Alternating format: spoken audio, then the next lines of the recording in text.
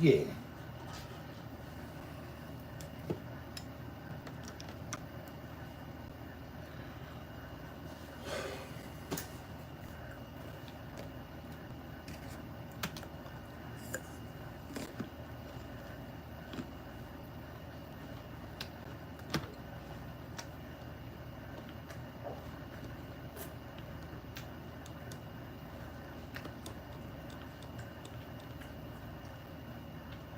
At Harbor Freight, we're committed to ensuring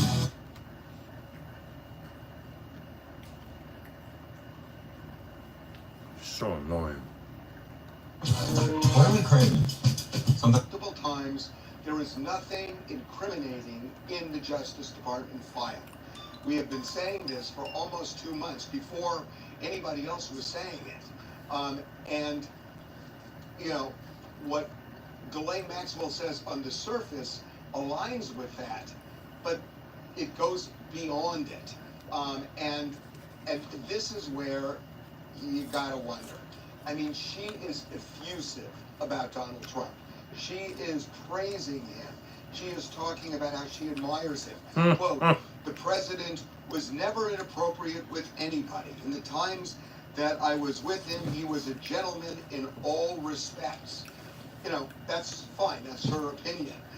Then Todd Blanche goes into this book, the birthday book, the 50th birthday party book, back in 2003, and asks whether she recalls if Trump submitted a letter. She says, I don't remember, no recollection. Then Blanche asks, did you see a drawing of a naked woman? Remember, that's what the Wall Street Journal says, that the letter contains the picture of a naked woman, talks about, you know, all of the, you know, wonderful secrets. She said she has no recollection. You gotta wonder, I mean, most businesses have the right idea. They make a video, then they stop. They see. Can't stand fucking ads. Of what Ghislaine Maxwell is in prison for, or even about Jeffrey Epstein. But Todd Blanche spent a lot of time, or some time, because I listened to the audio on this, talking about the book. And, you know, why did he ask about that? Why was this so important for this interview? It was certainly important for Donald Trump, right? Who is now suing the Wall Street Journal. And I'm not suggesting that there actually was a letter, because I don't know whether there was or wasn't one. But he is going out of his way to cross all the T's and dot all the I's. And with respect to Donald Trump. And you gotta wonder, she's saying all of this, and it seems days later, without any public reason, she is transferred to a minimum security prison. Todd Blanche says in this, he said, there is absolutely no deal, right? We made no deal. Okay, well, was it just coincidence that days later, after she says this, that she gets transferred to a minimum security prison? Again, I am not suggesting she's hiding something about Trump. I don't know. I don't know. And there's no evidence I have, frankly, that she is. The only thing I know about, two things. One, I'm told that there's nothing incriminating about him in the Justice Department file.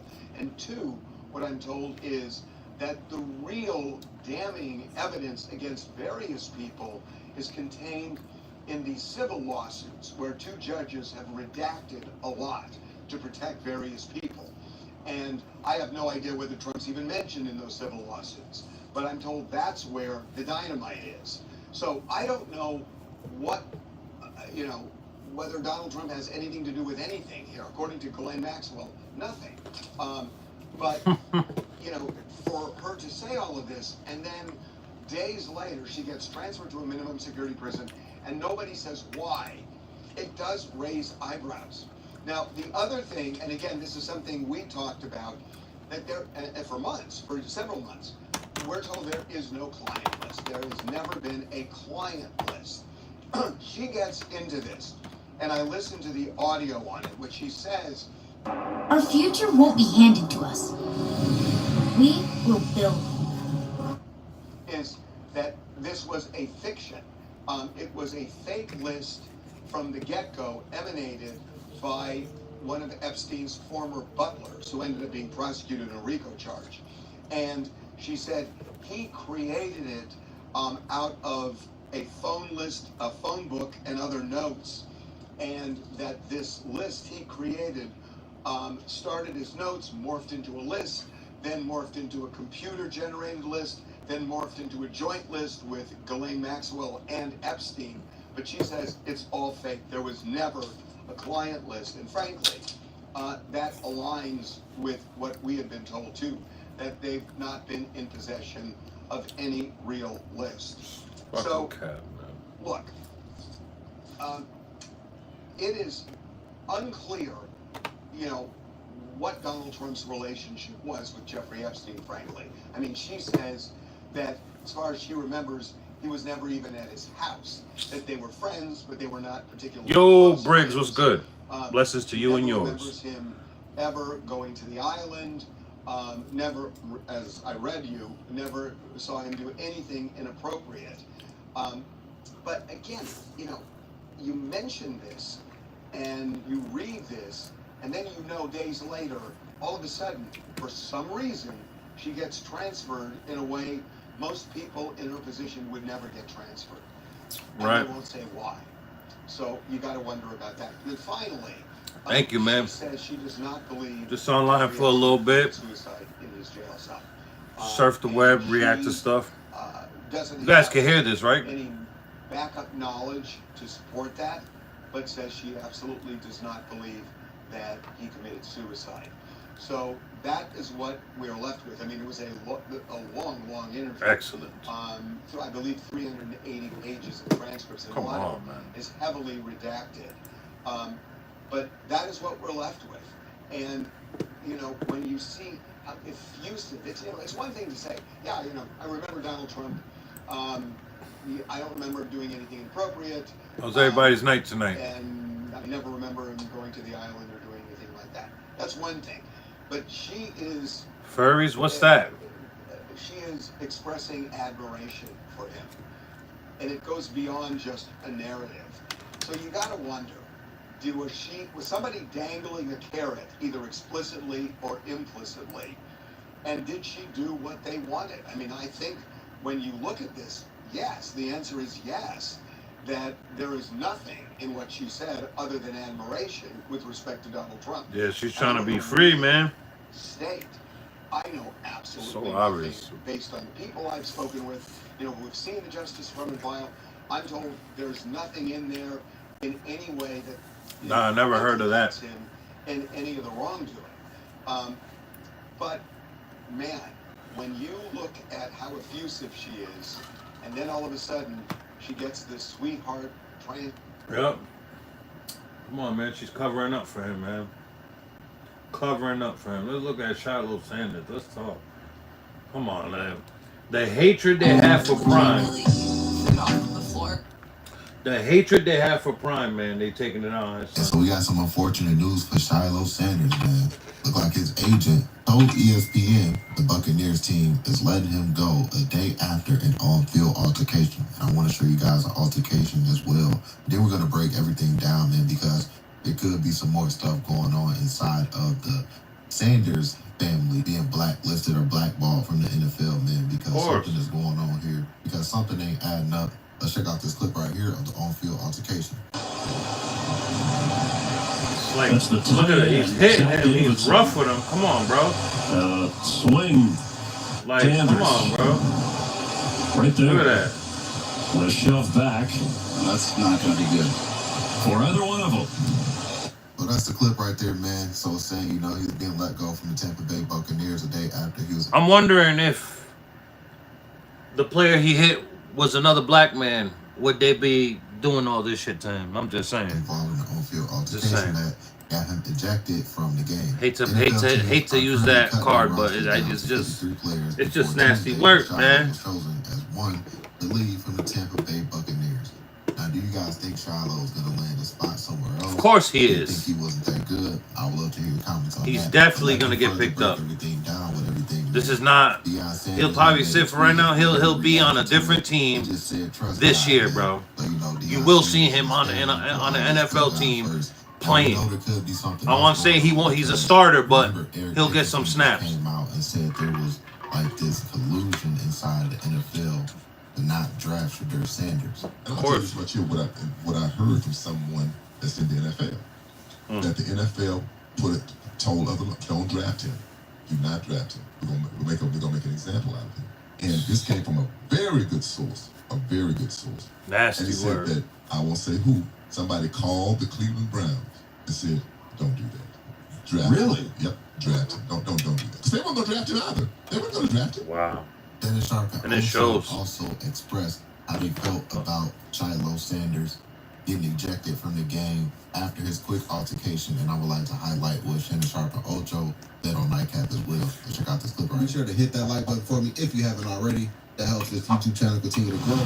And don't forget to hit that subscribe button, hit that notification bell, stay up to date with all of my current Already, YouTube videos. no, just hit the like. Moment. I know the tight end, they was locked up a little bit. He was probably trying to roughhide him a little bit, but you have to be able to control yourself. You got to be able to control your emotions, especially in moments like that, especially in a game. So, you have no choice. If you throw a punch, if anything, if your arm extends and it touches the other individual, you going out the game. Every time. Ocho, he in the open field. That's not like an offensive defensive lineman, Ocho. You in the pile and can't nobody see you trying to hit the guy. Ocho, the back judge and the side judge, that was you standing right there. They right there.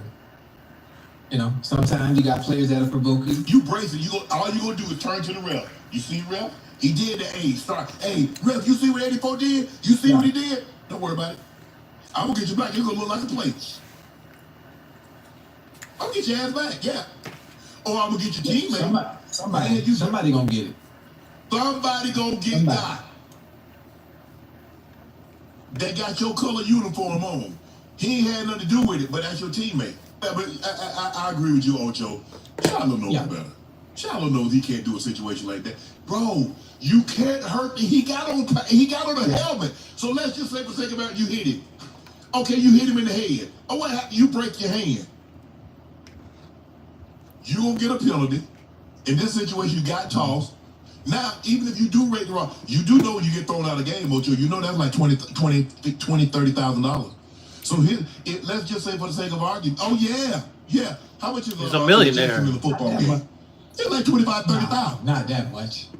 The hell you say?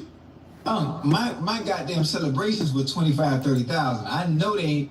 But you stayed in the game.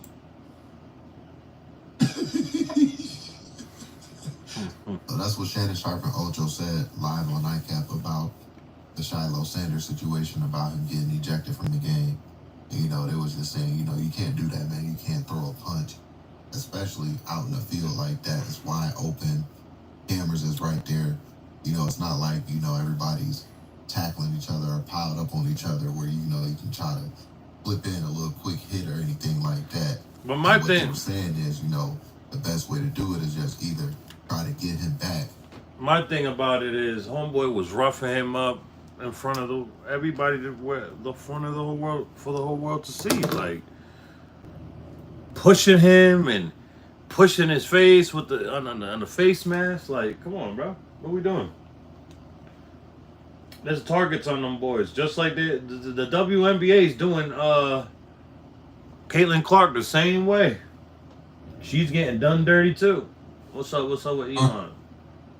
Your job depends on reliable tools. That's why Harbor Freight is committed to offering quality. All right, check this out. Elon Musk and his Doge teens targeted a man who worked for U.S. intelligence agencies, leading directly to that man's family being tortured, all because Elon Musk made a Twitter post to his hundreds of millions of followers. Words can barely describe how disgusted I was when I read this story early this morning. So I want to break it down for you all from start to finish so you can understand Allegedly, the overall gravity of the situation. Because not only was Elon Musk's Doge an abysmal failure at the highest level, like they set out super ambitious goals of saving $2 trillion a year in spending, they were going to somehow erase the yearly deficit or level it out so that the debts would no longer grow, and it was an abysmal failure. They didn't even get 1% of their goal. But even beyond that, like, high-level failure, there's also a deeper layer of evil going on with sociopathic, Patrick Bateman-ass teenagers walking around using government data to ruin people's lives. I mean, remember that dude who, he was 80 years old, and Social Security sent him a letter saying that he had somehow died 3 weeks ago, and he was like, what? I'm still alive. And he was because Doge had just deleted him from the system. Wow. That happened to multiple people. These kids are insane. And this reads, on the left, Nate Kavanaugh, a 28-year-old Doge staffer and college dropout. On the right, Mohammed Halimi, a 53-year-old exiled Afghan scholar. This is the story of how Doge targeted Halimi on social media. Then the Taliban took his family. We've been sounding the alarm on this channel for literally a year that when Elon Musk is posting relentless disinformation to hundreds of millions of people over and over and over, just carpet bombing everyone's feed with lies, there's a lot of negative effects, not only at home, but abroad, what people believe, trust of science in other countries. I think it's important to lay the groundwork by just illustrating how much of a failure Doge was. Listen to this. Elon Musk's Department of Government Efficiency originally promised to save $2 trillion in quote-unquote waste. That target quickly dropped to $1 trillion after Trump won. Then in April, Musk started saying maybe we'll be saving around $150 billion, making it clear to all but his most diehard supporters that Doge was failing on its own terms, even going by its own dubious estimates of its progress. Now, it's looking like those savings are even more pitiful.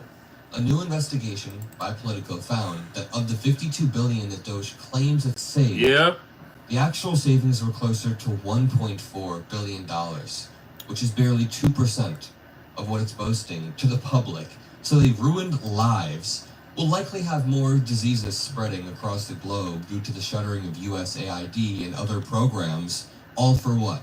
Like barely any money saved whatsoever. For someone who's a quote-unquote businessman, Elon Musk sure doesn't understand return on investment. When the United States is investing in programs like USAID, we don't yield an immediate return on it, but long-term, with disease prevention and the soft power we gain in other countries, that $58 billion that we spend is worth trillions. It's worth so much money. Hit the like, Elon people, Musk when you does come not in, please understand hit the like. Let's read this story. So, it starts with a viral Elon Musk post. Elon Musk made this post, and it's still up. When I was doing the research, I realized this post is still up. Some shit going on. Some shit going on in the world, man. What else? What else? What else should we look up, man?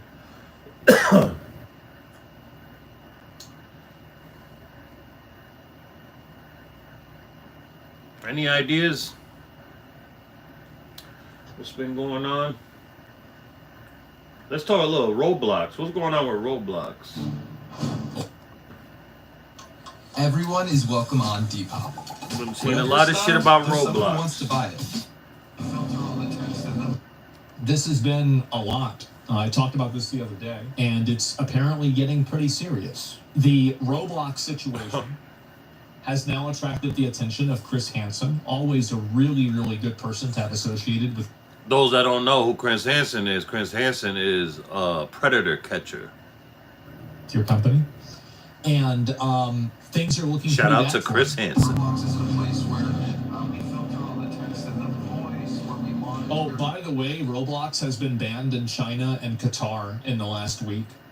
China banned Roblox. This is a very big deal.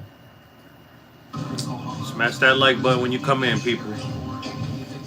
Blessings to everybody, man. This is a safe place in here. Safe space. Please be kind to others in the comments. That's all I ask. Feel free to troll me, though. Uh-oh. Yeah, man.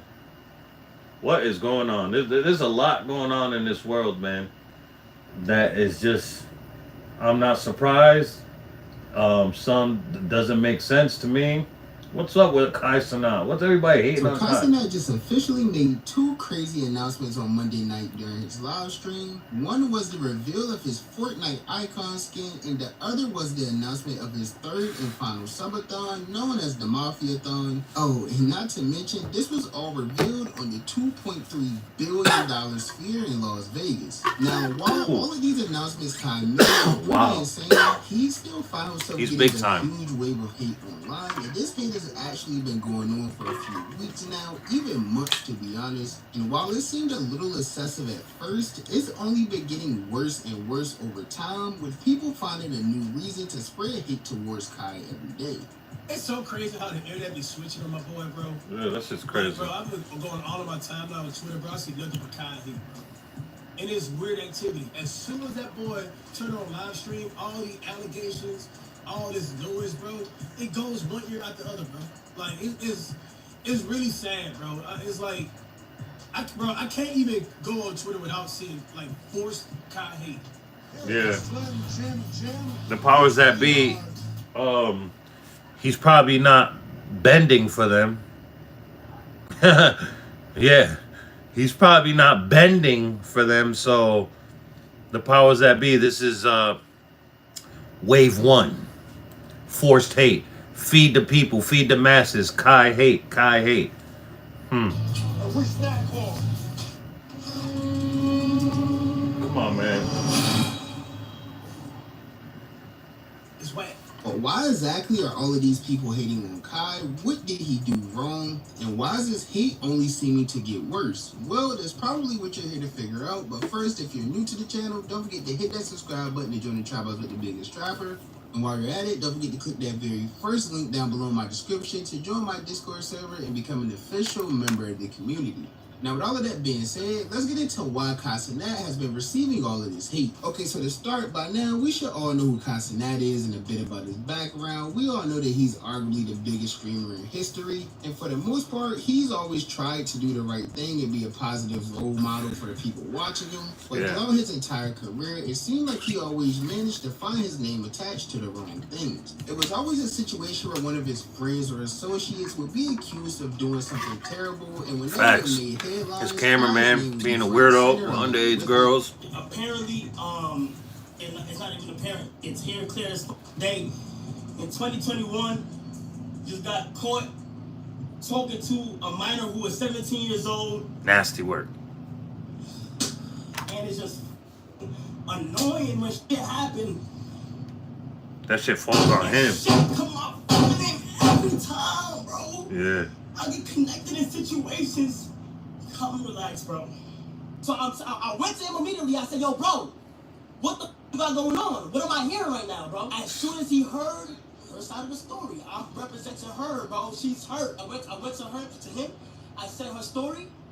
Complete shock. I'm telling you, my perspective. He was so confused on the things that she said. And even when Kai did try to do good things for the community, it was that's how they act. They act confused such as when the they get caught. PS5 giveaway that he would host in New York back in August of 2023, where he would post a location within his home city claiming to give away 300 PS5s. Yeah. And even though Kai's heart seemed to be in the right place, the this police ended up going terribly because what was supposed to be a nice, peaceful giveaway turned into a chaotic riot that resulted in Kai Cenat and 65 other people getting arrested. Now, fortunately for Kai, even though this entire situation got extremely out of hand in the moment and even landed him in jail for a few hours, it was later revealed in May 2024, almost a year after the entire incident, that all of the charges Kai had pending against him would end up being dropped, and all he had to do was post an apology and leave it online for over 24 hours. So after that, Kai didn't let any of this slow him down. He kept working hard, continuing his rise to being the biggest streamer Twitch has ever seen.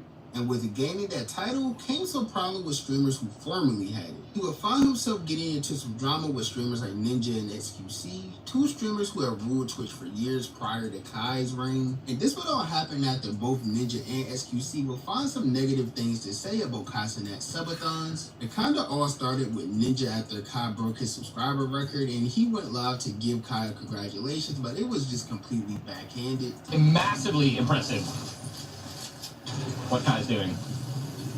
He's hating. They're hating. But all I had to do for mine was be amazing at Fortnite and play video games. Look at that. Of course, Kyle would end up taking some offense to that, as he rightfully should. And he would... Yeah, man. Oh, let me get this Young King like, you hear that? The saltiness, bro. Like, let people. It's not your turn anymore. You had your time. It's his turn now. You know what I'm saying? But all I had to do for mine was things to say about Casanet Subathon. Isn't this the dude that was dropping N-bombs and all that too? Like, and he went live to didn't he get canceled this bull? But it was just completely backhanded. Massively impressive what Kai's doing. Showtime. You got one shot to save the world. That's nasty work, man. And that's just how that's just society, bro. That's how everybody is, bro. That's how, not everybody, let me take that back. But that's how the majority of people are, bro. It's nasty work. We seen that shit in 4K. We seen it in 4K. Man, just hating hard, bro. Congratulating and hating at the same time, man. All I had to do for mine was be amazing at Fortnite and play video games. And of course, Kyle would end up taking some offense to that, as he rightfully should. And he wasted no time addressing the comments that Ninja made. It's just like certain shit he don't gotta say. If you guys go back to the clips of every time where I broke a record or every time where I passed quote unquote Ninja, he's always backhanded. Yeah.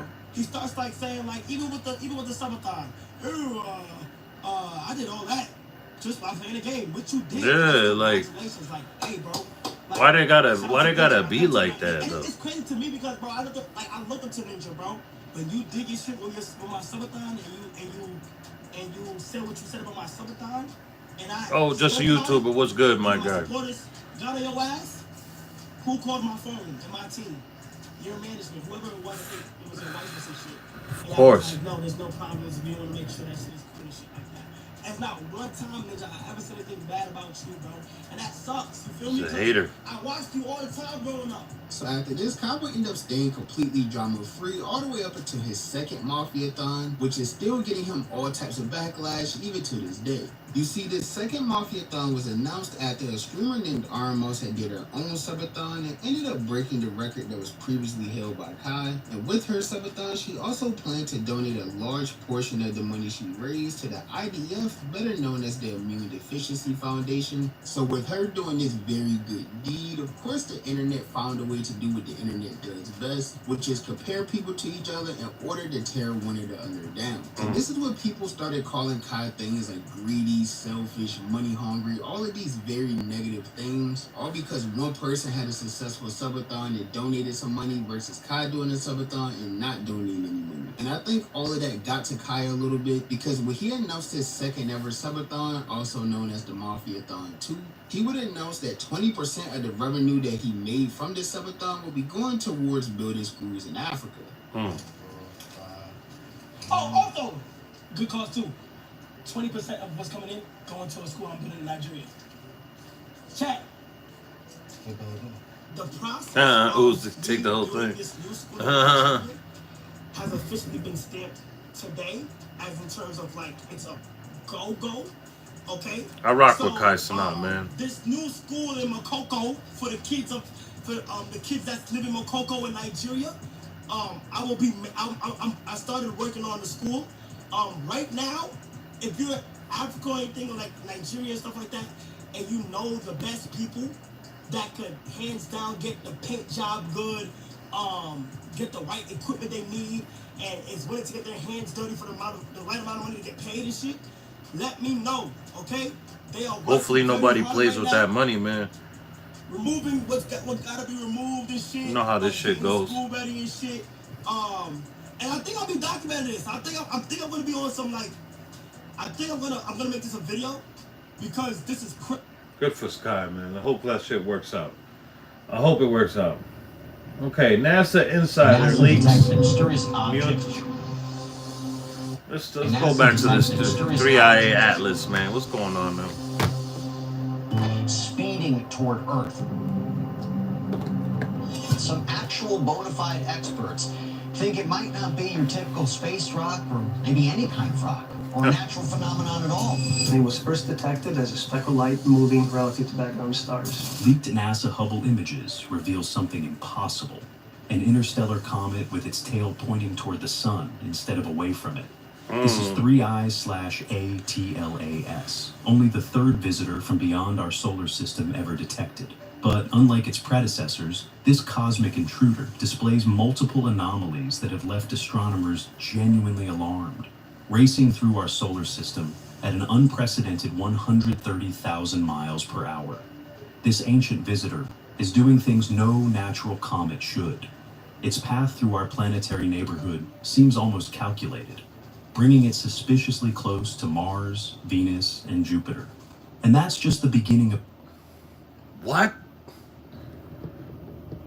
Let's go back real quick. Racing through our solar system at an unprecedented 130,000 miles per hour.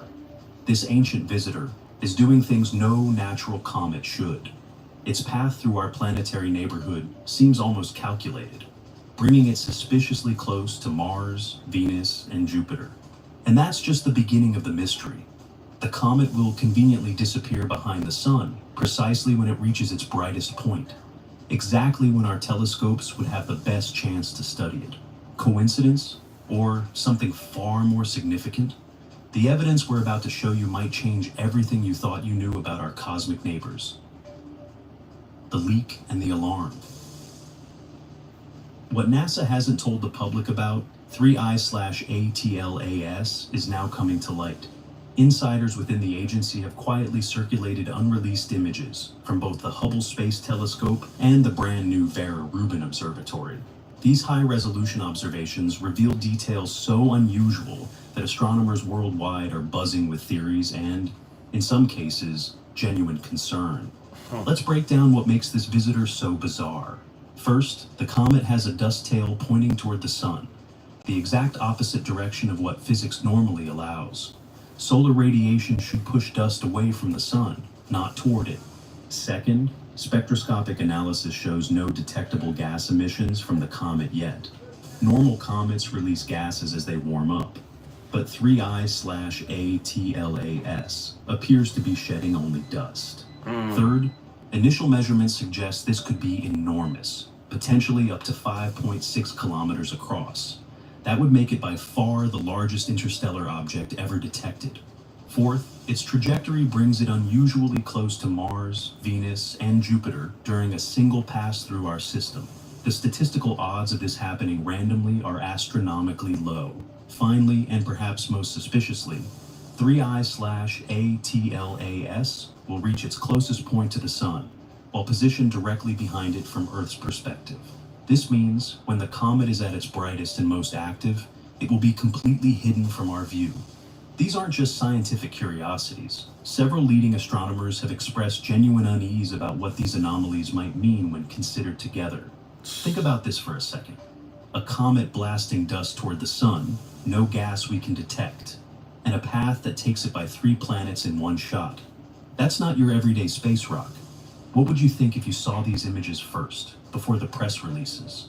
Drop your guess in the comments. Comet, or something stranger? If you want to follow this developing story as new data comes in, hit subscribe and turn on notifications. This mystery is just beginning to unfold. Damn.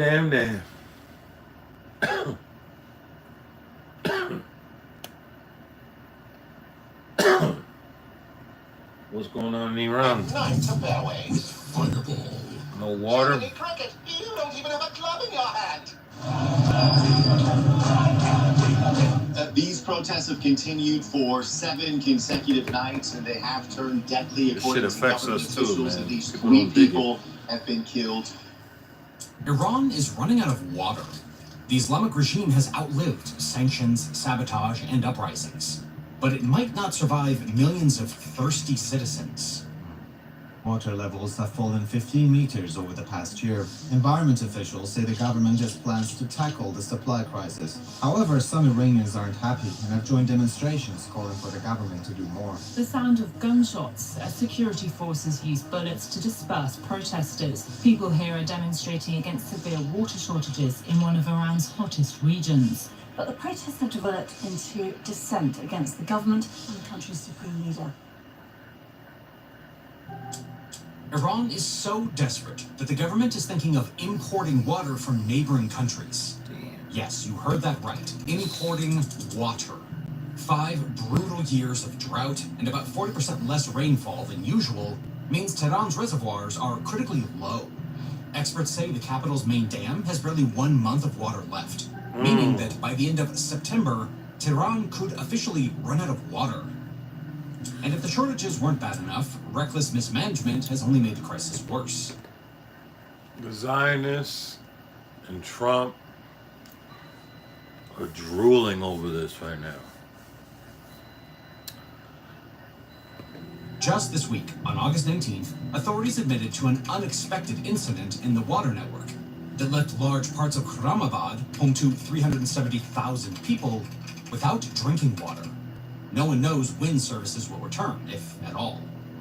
But instead of fixing the actual problem, Iran's leaders decided the bigger issue was people talking about it. So they've decided to shut down the internet. As of now, 27 out of Iran's 31 provinces have zero internet, and only 4 have partial access. On top of that, millions of Iranians are dealing with 6 to 12-hour blackouts every single day. And in some areas, there's nothing at all. No power, no water, no connection to the outside world. Wow. Major dams like Lar and Latyan have dropped to less than 15% capacity, with some reports saying just 1% water remains. It's even worse in southern regions. Lakes have simply vanished. Groundwater reserves have dried up. And countless towns haven't seen water flowing from their taps in weeks. But it wasn't always like this. A decade or so ago, Iran's water system was still holding together. Dams like Kakhe, Dez, and Karun kept fields green across Khuzestan and beyond. The Karun River, once Iran's largest and only navigable river, powered cities, fed industries, and kept the southwest alive. Even the Hamun wetlands on the Afghan border used to be the 7th largest wetland on Earth. But today it's pretty much just dust. Not because the rain stopped, but because the system rotted it from the inside. Corruption, greed, and decades of poor planning drained the country before the drought ever could. You see, Iran never had a lot of water to begin with. It only gets about 250 millimeters of rainfall each year. That's roughly a third of the global average. With numbers like that, you'd think careful planning would be priority number 1, but nah. For the better part of a century, Iran's rulers and elites chased after stupid goals.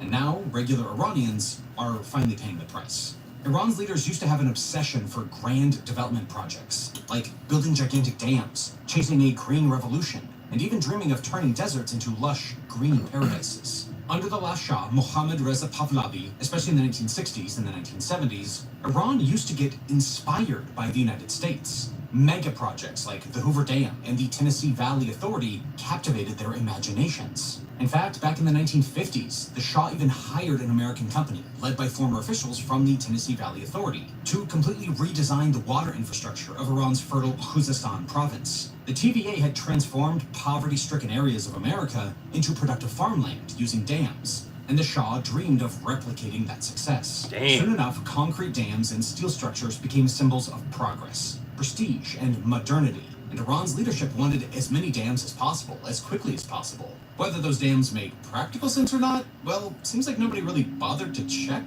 By the late 1970s, dams were popping up everywhere, and the Shah's obsession with mega projects meant ordinary people's needs, like school, healthcare, or stable jobs, were often ignored. Frustration was building fast, but... Oh, I don't know, man. Probably it's... I got a few, man. What else? What else should we look up, man? Some shit going on, man. Let's talk about... Damn, man. My man... King Cobra, man.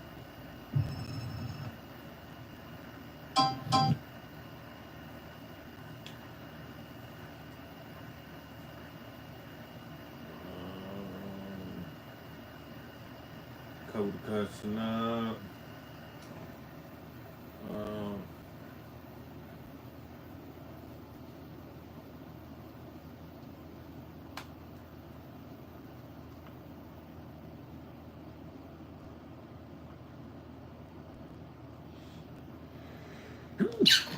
Texas.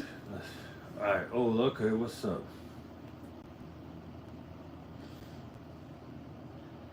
I'm going right to the horse's mouth.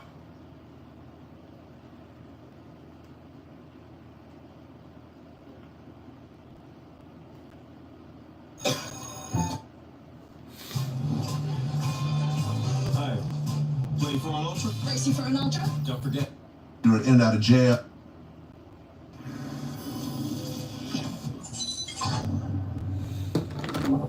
All right, here we go. Today we have Hernandez Govan, who just was found not guilty by a Memphis jury of first-degree murder and conspiracy to commit first-degree murder for the killing of young Dolph.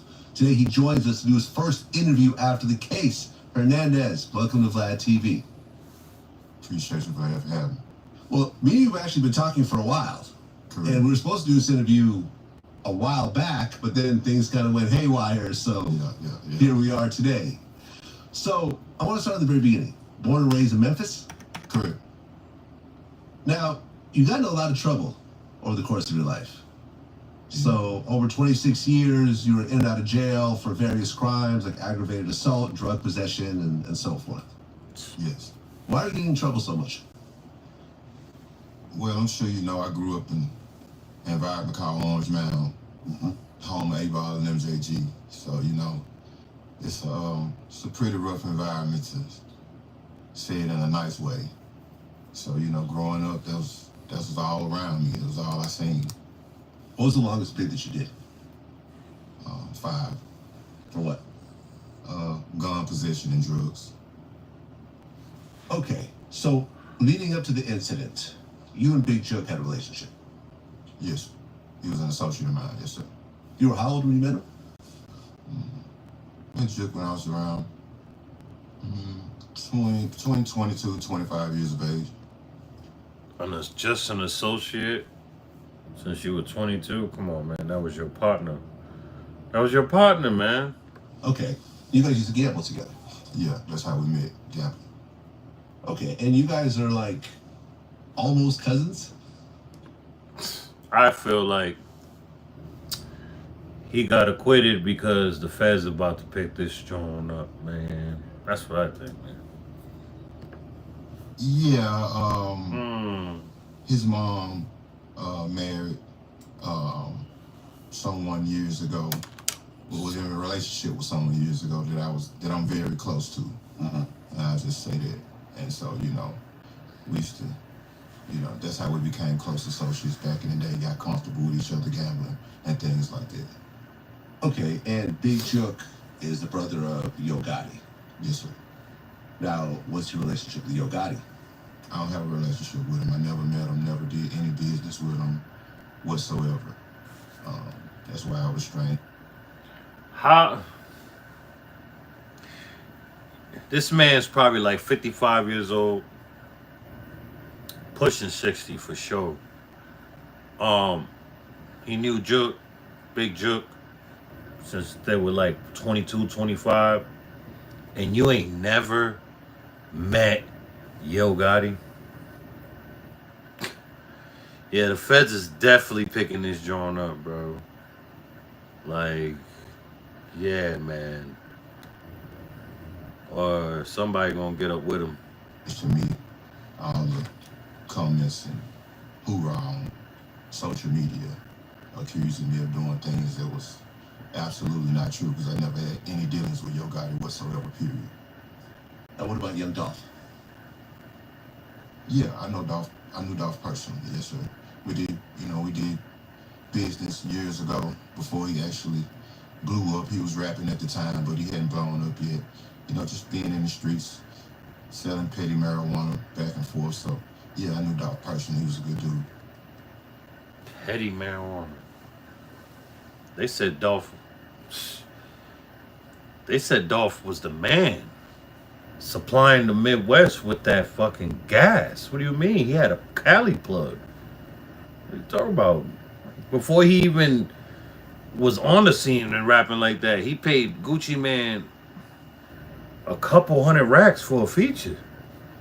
The fuck? All off Bud. Okay, and you also had a relationship with Daddy O. Long live Dolph, man. Correct. Yes, sir. What's that relationship about? Just the same. I met Daddy O from, I got a brother named Ziploc from South Memphis. And we used to just sell marijuana years ago, in and out of hotel rooms when we were younger, just doing our thing, just trying to hustle. Now, you and Dolph, did you ever have a falling out, or did you have a good relationship overall? Never had a falling out with Dolph. You know, we did a couple transactions years and years ago. We never had a reason to fall out. I'm not a rapper, you know. Dolph was just this one. He had 1 foot in and 1 foot out, and at the beginning of his music career. And so, you know, anytime we met up and did business, it was all good. Never had an issue. Well, at one point, young Dolph and Yo Gotti started getting into it. Do you know the reason why the friction actually started? Because you hear like 20 different stories. Well, from what I understand, I know Gotti tried to sign him years ago. And, you know, for whatever reason, Dolph decided not to. I think that was the best thing I think for him. Dolph was close friends with Gucci Mane at the time. Gucci and Gotti relationship kind of deteriorated over the years. And I think that just all played a factor, or whatever the case may be. You know, Dolph decided not to sign, and giving his reasons for not wanting to sign the CMG. The story about it being about a girl or whatever the case may be. I heard that also. Yeah, that's absolutely not true. It was just a potential business deal gone bad, from what I understand. Well, you have rap beefs where people do diss records against each other, but Yeah, man.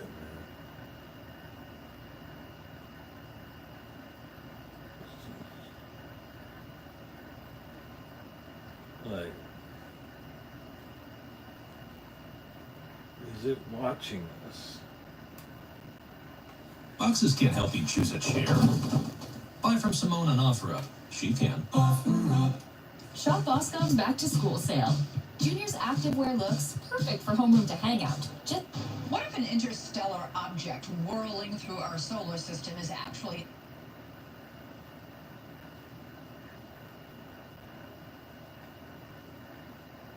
Let's see what my man's on security.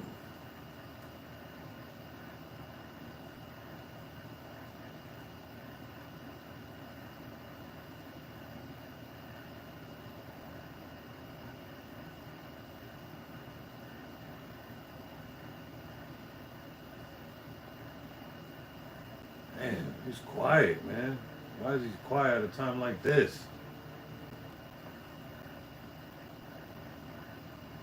Today's video, I have some very, very crazy things I had to jump on camera and show you guys. I've got a lot of emails from you, and there's some wild sightings happening out there right now. Black triangular objects being captured around the United States, strange numbers and patterns in the sky that people think might be some sort of code. We've got a lot of stuff to look at. So without further ado, let's jump into today's video, UFOs, strange sightings, right now.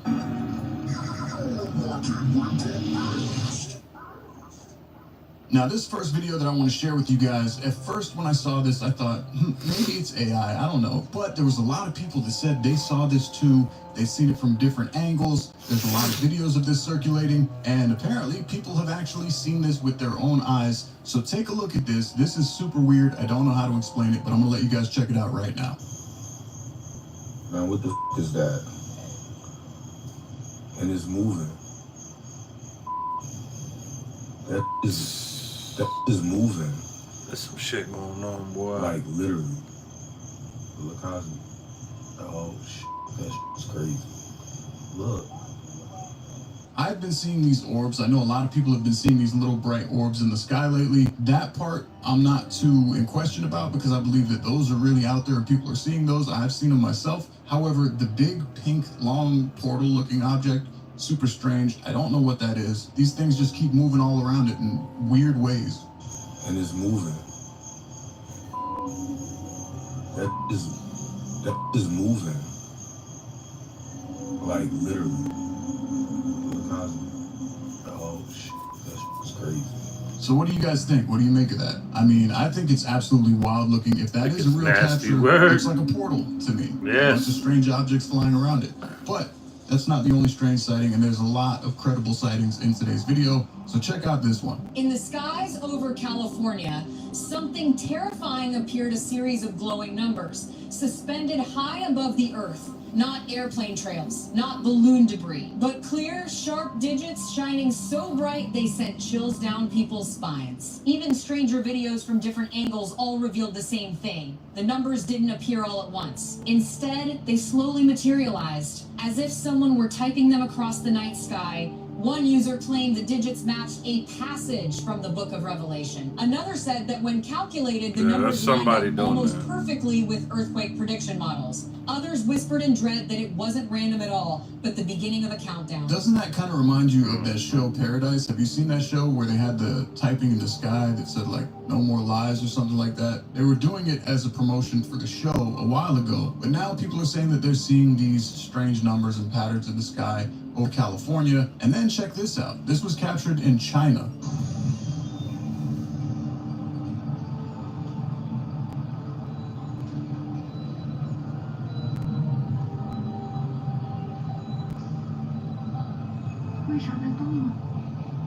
Now, what's interesting, let me just pause real quick. We're going to zoom in a little bit. What's interesting about this video is you can see like the remains of a chemtrail up on the top right there, but the bottom trail, it's super, super odd. There's like different shapes and structures in that. Look at this.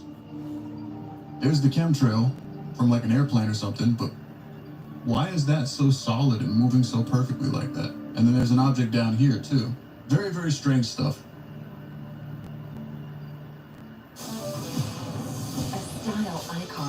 Mark Mason is here with the latest looks, quality craftsmanship, and trending styles. But now we get into the absolutely weird and horrifying stuff. Take a look at this.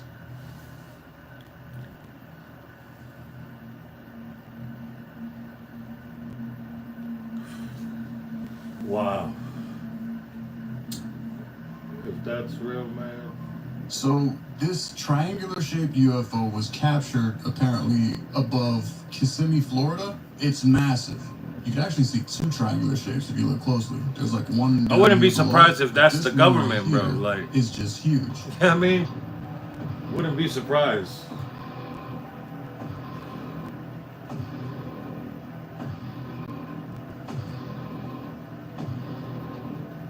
What would you do if you saw something like that above a gas station at night? Obviously, you'd probably try to film it and tell people about it.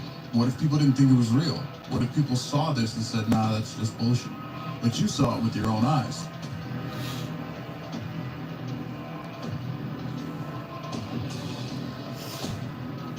No coverage on this, nothing. And then there's this video of another large triangular-shaped object being captured in the sky. Maybe it's AI, maybe it's not. We've got some good camera phones out there now, and the clearer that the videos are, the more people are quick to say that it's fake, it's not real. Maybe it is real. What if it is real? Take a look at this.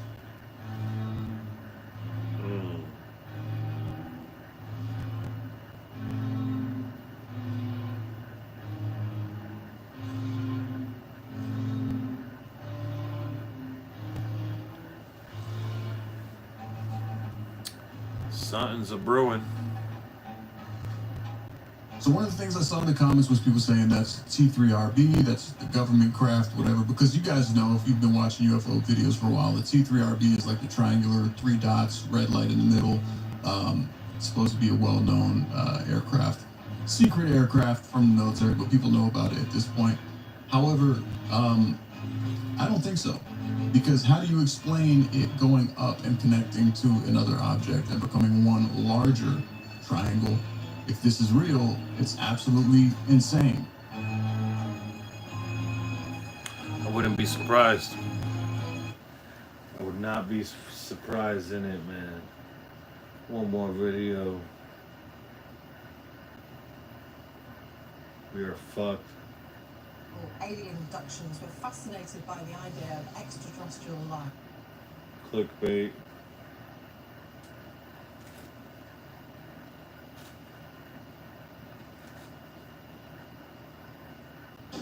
Hey guys, today I want to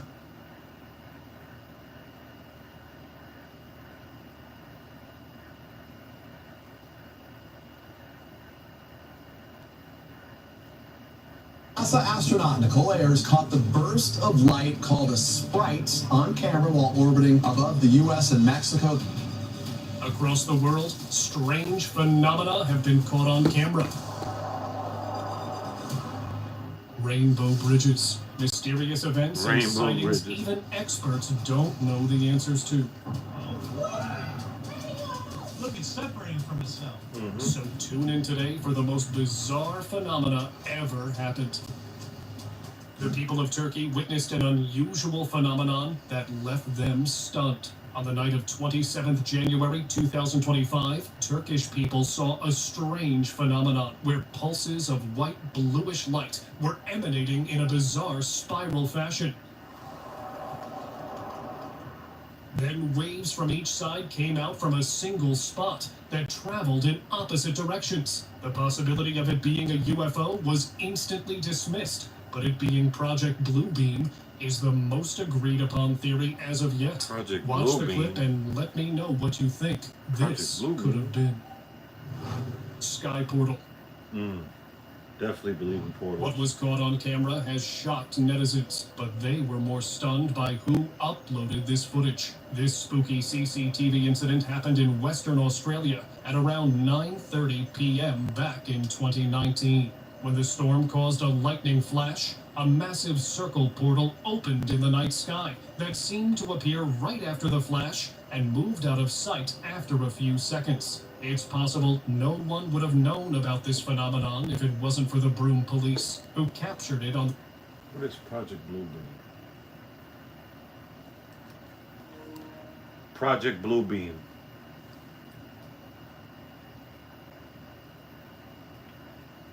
High quality. The rumor is, and we're going to address this, that maybe the government, or even worse, a deep state collaborative government, is trying to simulate a second coming of Christ. How crazy is that? Let's discuss. Let me hear a little bit of this before we exit out. Like I say all the time, I wouldn't be surprised. Do you think the government is going to... Oh, I can't wait to have equipment and setups like that. Holographic second coming, and that people might actually believe it. Is that what we're talking about today?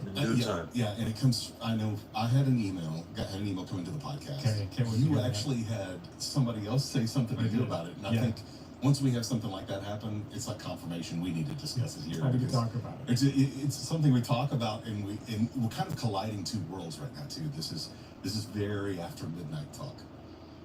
Yeah, which is a radio show. We talk about things because people are listening overnight. It's dark outside. They're working jobs. They're sometimes truckers that are on the open road, and they're, rolling around really deep topics. That's kind of what this one sounds like. And I don't want to be a conspiracy type podcast. I don't want to do that. In fact, it's the opposite. I want to take conspiracies occasionally and just dismantle them. And instead of run them down these rabbit holes, I want to say, hang on a second. Let's use the word, the scripture, and dismantle it. Just pull its legs off of it. And that's what we're going to try to do today. I think it's important too. Since 2020, everybody's minds, whether you're a conspiracy theorist or not, has wandered down the lane of a conspiracy or one or right. So you've had thoughts on what if one of these is true? What happens? And how would I know the difference? Especially something like this. How would I know the difference between that and then your mind starts playing tricks on you? You're like, man, would I even know if it wasn't Jesus coming back? And And by the way, what we're not saying is that all conspiracies are false. That is by no means. I think a lot of these conspiracies are true. The one we're about to talk about, I haven't heard the email yet, but that very well might be true. It's COVID. Was COVID a conspiracy? Was, you know, the vaccine? Maybe. Was 9/11 a conspiracy? Maybe. Big time. That's when I say dismantle conspiracies. Big time. That's not what I mean. I'm not saying we're going to take a truth claim of a conspiracy and make sure everyone knows it's actually false. I'm not smart enough to do that. I don't have enough research or enough college degrees to do that.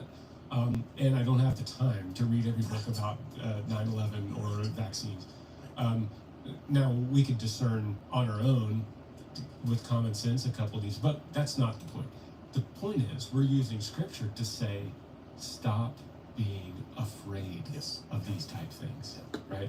That's what we want to do. That's what I mean. Take the legs Project off Blue Beam. Take the legs off of the anxiety, the worry, the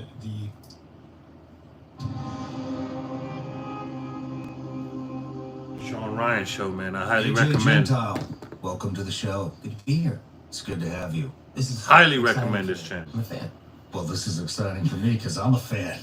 In fact, I was telling you at breakfast, you are the only YouTube channel that I watch on a consistent basis. Because I don't want to hear all the noise and stuff. I kind of live in it. And man, you just have a great presentation, great topics.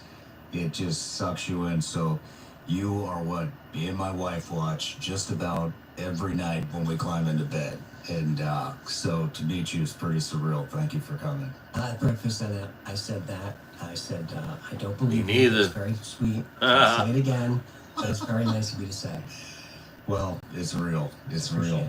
it. But yeah, so I want to talk about a couple of the videos that I've seen on your platform in particular, and I want to talk about why you got into it and where you came from, and I think it'll be an awesome interview. So, but Let's see what else.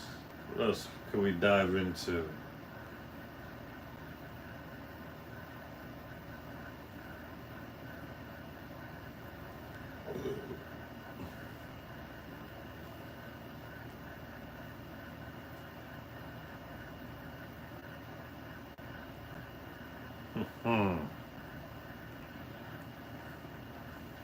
Any suggestions, people?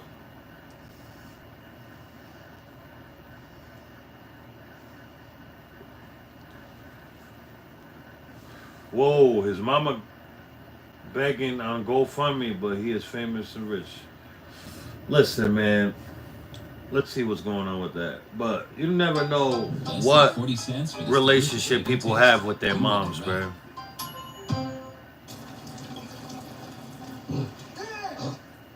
Yeah, I mean, you don't know what he went through with his mom. You know what I'm saying? For their songs, not so much for their media presence or their social media activities or their life and what happened behind the scenes. Well, I'm from a different time, right? Nowadays, it seems like rappers have to have some grease popping behind the scenes in order to fuel their songs. Then again, I come from a time when cassettes and CDs were sold, and a rapper knew how much money he was making because it was $10 for a CD, and if he sold 100 CDs for the day, he had $1,000 in his pockets off of his own music, right? Yeah. Now, here we are, streaming, internet, drama. Finesse 2 times. And I don't even know not one Finesse 2 times song, so I'm gonna be honest with you from the get-go. Finesse 2 times mama just started a GoFundMe, and she's looking for $6,000 to help herself because she claims that her rich son has cut her off and won't help her at all after all she's done for him and his career. So, Finesse 2 times mother. Like I said, you don't know what him and his relationship with his mom is.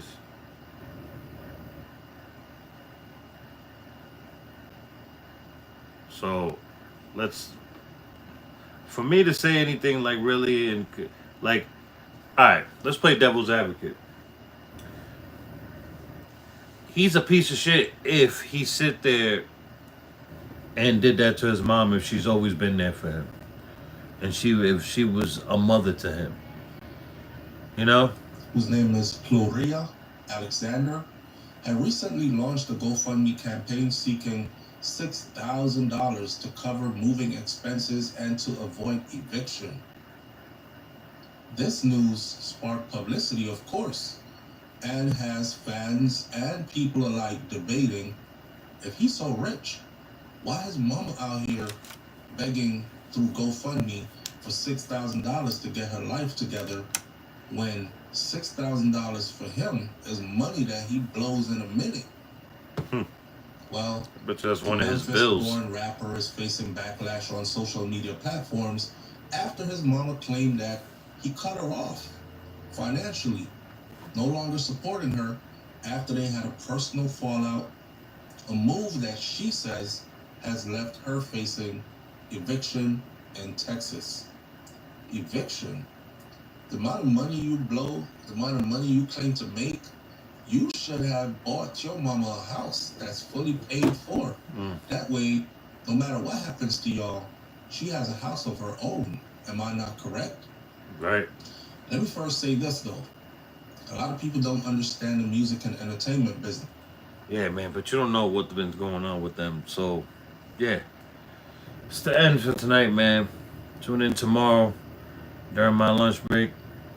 Every day I get a 2-hour lunch break.